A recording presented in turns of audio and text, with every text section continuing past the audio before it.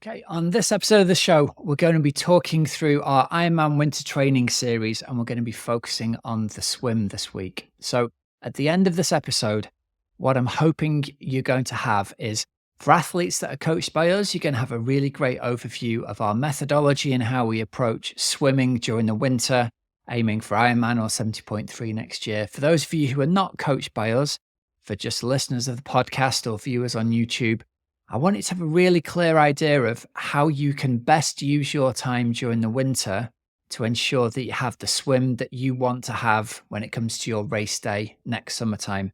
And that is really the starting point that I want you to focus in on, because there is no one size fits all solution to the question, what kind of swim do you want to have at Ironman next year? And honestly, the way you approach your swim training during the winter needs to be different and should be different depending on which of the categories you fall into. So let's have a little think through the different kinds of athlete that we have in the world and the different kind of approaches they're going to need to have to their swim training. So first up, we've got the athlete who's already a very competent swimmer. They're already happy with the kind of time they're getting out of the water. They may or may not enjoy swimming a lot.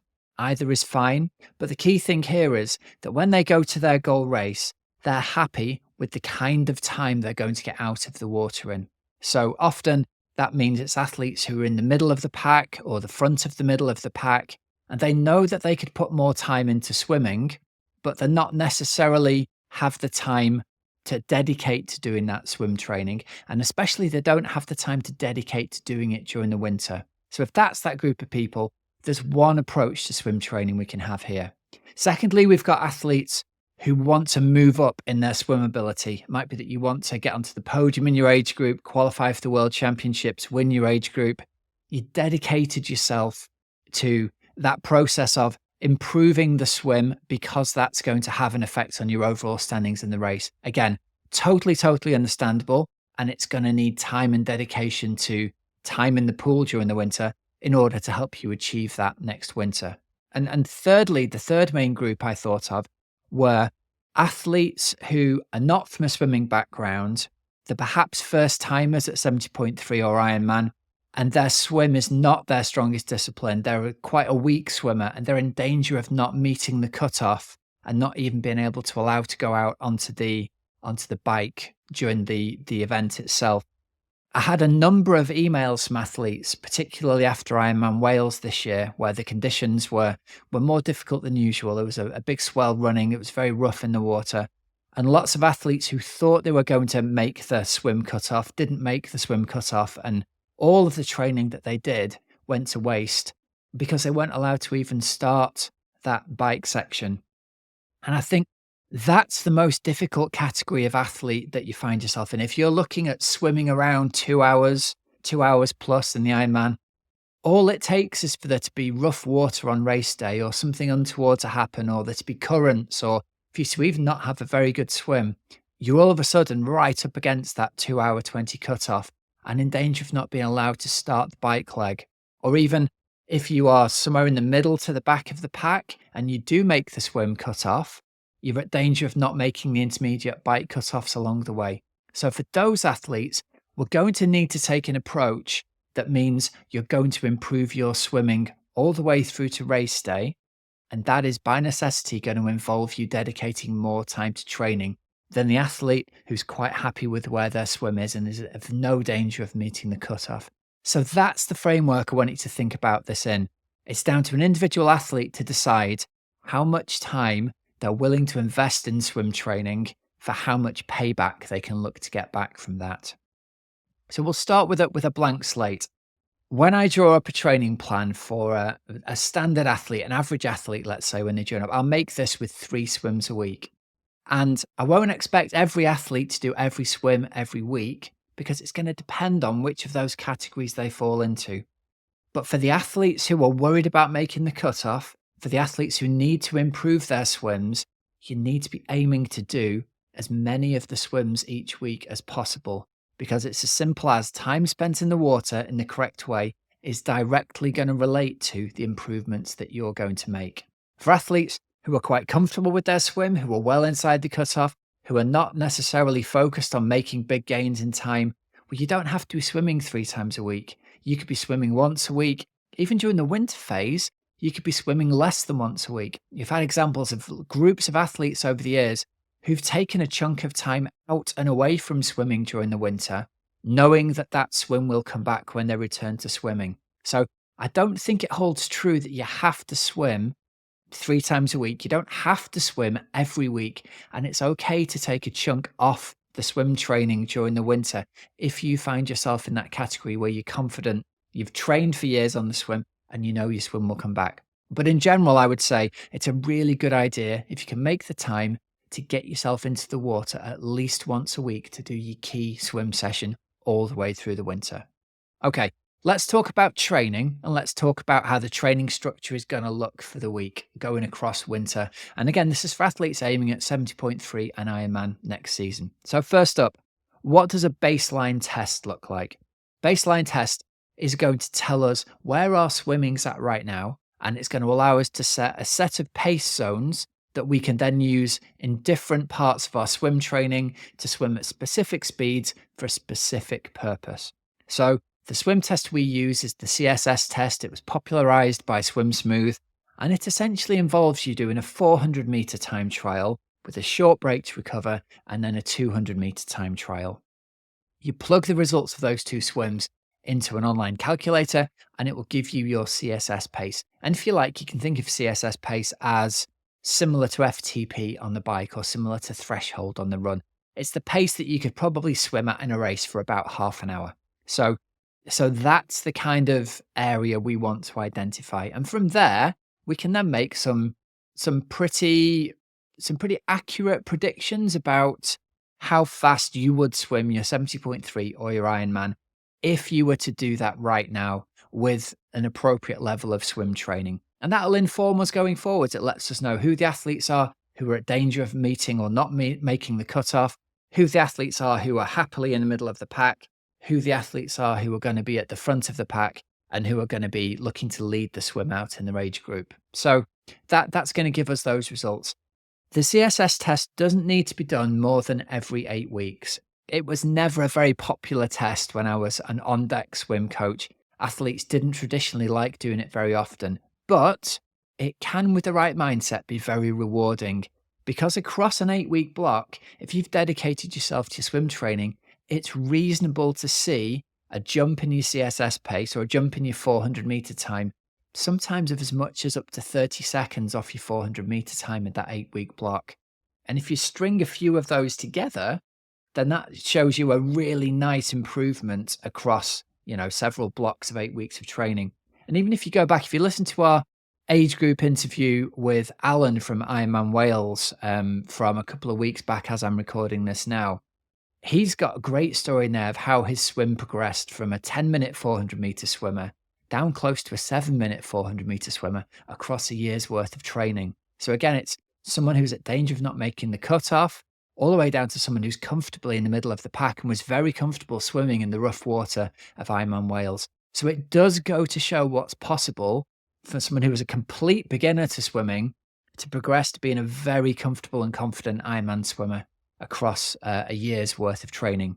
But Alan was willing to put the time and the effort in to do that. So if you're willing to do that and put the time and effort in, there's every reason to think with the right coaching and the right training plan, you can make those kind of improvements as well.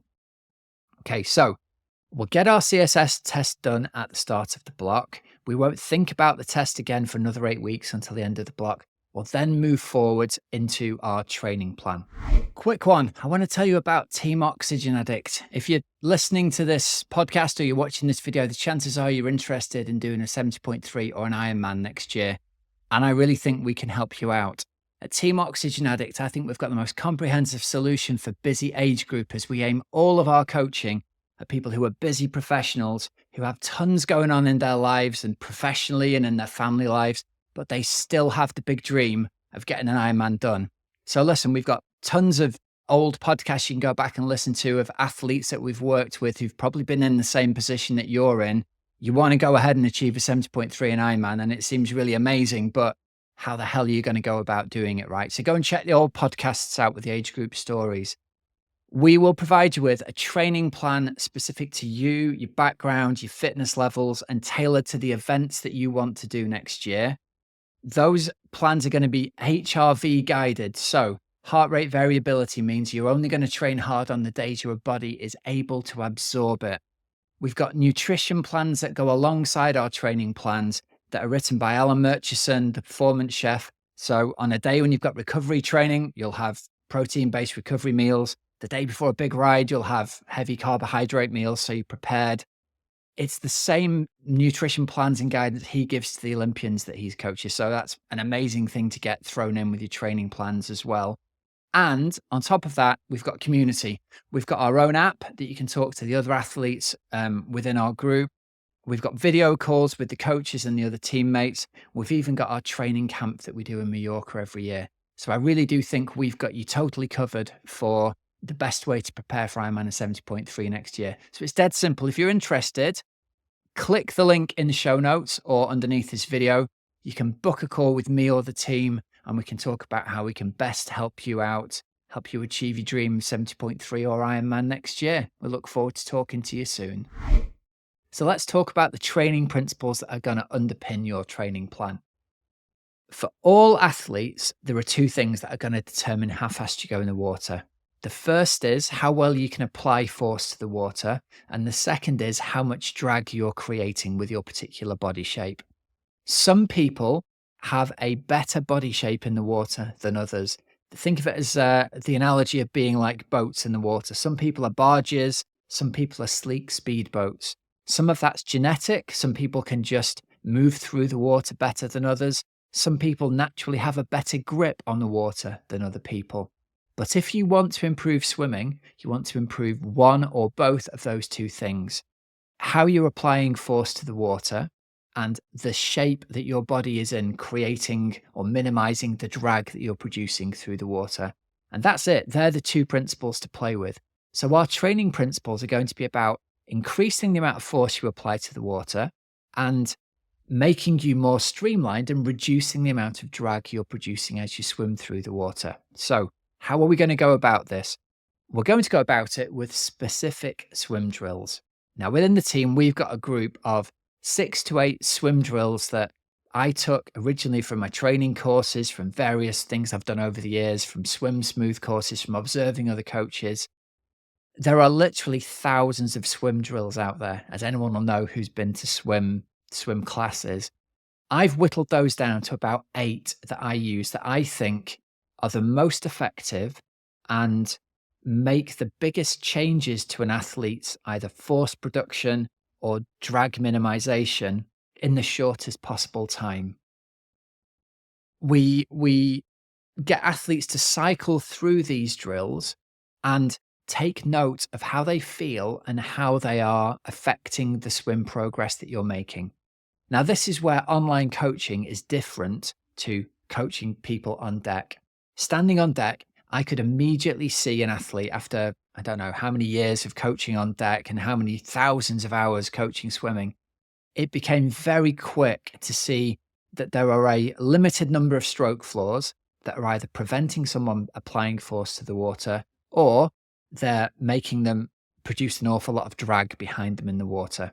And once you know what those flaws are and you know what the drills are to fix them, it is a really simple task of saying to the athlete, go away and practice this drill for the next couple of weeks. This is then going to reduce the drag you're making or increase the force you're producing.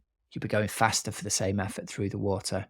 It's not as easy to do that online, but it can still be done. So stage 1 for our athletes is we'll get athletes to cycle through all these drills, knowing that the progression of them is going to make overall improvements.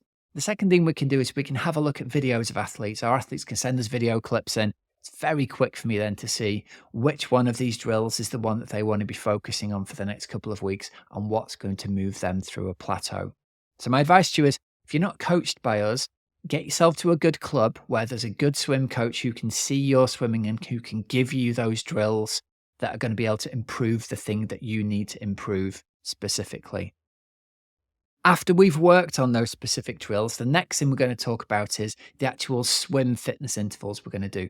We're going to do a series of interval training at specific paces relative to your CSS, that are going to be the right balance of improving your fitness without leaving you too tired afterwards, so you can still do your bike training and your run training. And some of those are going to be at your CSS pace. Some of them are going to be short and much harder than CSS pace, because what we found over the years is swimming really hard for half a length or a full length is actually a really good drill in and of itself. It's not done because we want you to practice sprinting. It's done because when you move your body quickly through the water, when you do a 12.5 meter sprint or a 25 meter sprint, you have to learn how to grip onto the water really hard. That in itself is a form of a drill. So that's going to be the mix of the training principles we're going to use. Essentially, it comes down to those two things: applying force to the water more effectively, or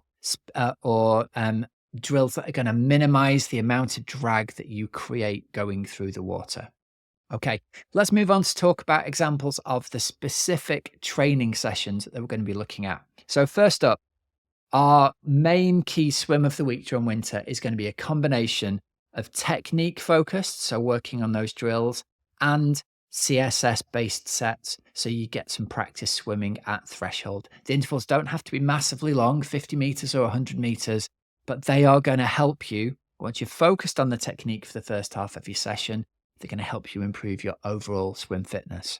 We're going to have another session of the week that might be entirely technique focused. So it might just be focusing on those drills. And typically what I'll do there is have an athlete do the drill for either half a length or a full length, and then swim out the rest of the length, or do a full length of drill and swim back for full length. So that's a real technique-based session without any particular focus on hard intervals or fitness training.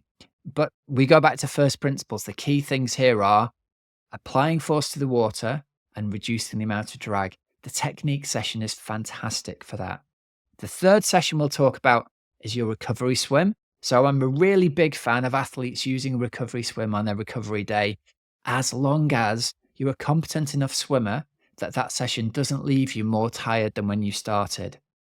So typically for the front half of a triathlon race, if you're getting out of the water in the front half of the field, you're a fit enough swimmer that you can do a recovery swim and it won't affect you negatively. If you're in the back half of the field or you're chasing the cutoff, the recovery swim is probably going to leave you more tired than if you hadn't done it anyway. So if you need to prioritize recovery, you're best off not doing that recovery swim.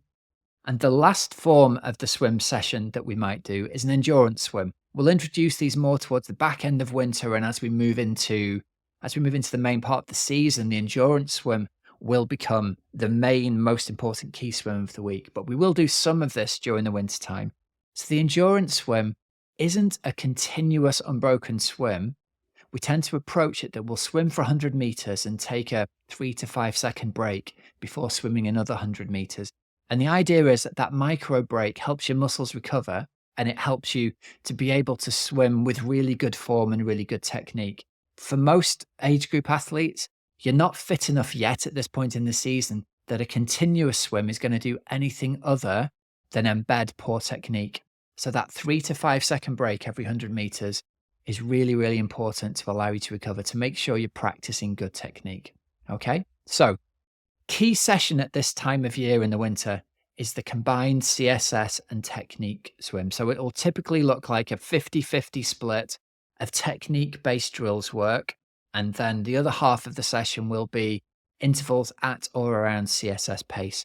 So we're getting half the session learning how to apply force to the water and minimize drag, half the session practicing that in a real world swim training set, whilst also trying to swim at your CSS pace. The supporting sessions during this phase are going to be the technique session, the endurance session, or the recovery session. And if you only swim once during this phase, it's going to be that combined technique and CSS session. So to wrap this up, the key things to consider, I think, with your swim training for the winter are all wrapped up in that first question: how much do you want to and need to improve your swimming during the winter? Because the more you want to and need to improve the swim, the more time you're going to have to dedicate and commit to the swim training.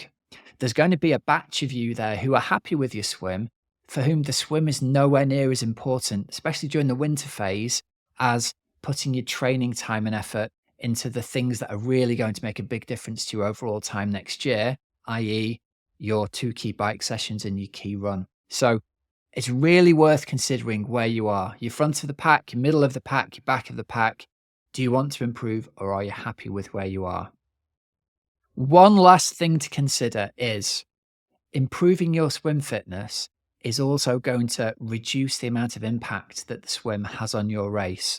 And this is the reason I'd encourage these people who are back of the pack or chasing the cutoff swimmers to really spend some time focusing on working on your swim this winter, because the fitter you get in the swim, it's going to have a double positive effect. You'll be out of the water faster, so you won't be as tired. But also when you swim fit, the swim doesn't take as much out of you for the bike and the run. So there's this double payback there for you. So I hope this has been helpful for you. I hope it's given you some real good overview into how we approach swim training during winter and how different athletes from different backgrounds can adjust their approach to winter swimming to make it work for them. All right, I hope you enjoyed that episode of the show. To wrap this up, here are some discount codes and deals for you. At precisionfuelandhydration.com, remember you can use the code OXYGEN24 for 15% off your first electrolyte and fuel order. Their stuff's awesome. Try it. I guarantee you won't be disappointed. You can use the free fuel and hydration planning tool as well over at precisionfuelandhydration.com, and you'll receive personalized strategy for your next race. The planner helps you understand your own carbohydrate, electrolyte, and fluid needs, so you can refine your strategies during training, and you can then deliver it on race day. And you can also book a free one-to-one video consultation with PFNH's athlete support team, and they'll be happy to help you nail your race nutrition plan, helping you perform at your best on race day. And also, if you're looking for help and advice with your triathlon training, please head over to teamoxygenaddict.com. I think we've got the most comprehensive triathlon coaching program for busy age groupers. Please check us out. There's a link in the show notes to book a call with us. We can have a chat about you, find out all about your background and what you want to achieve. And I'm really confident we can help you get where you want to be. Dead easy. Link in the show notes or under this video here. You can book straight to our calendar and we can have a chat and see how we can best help you out. So remember, links in the show notes so you don't have to remember them. Until next week, have a great, safe training and racing week. I'm Coach Rob Wilby, and you've been listening to the Oxygen Addict podcast.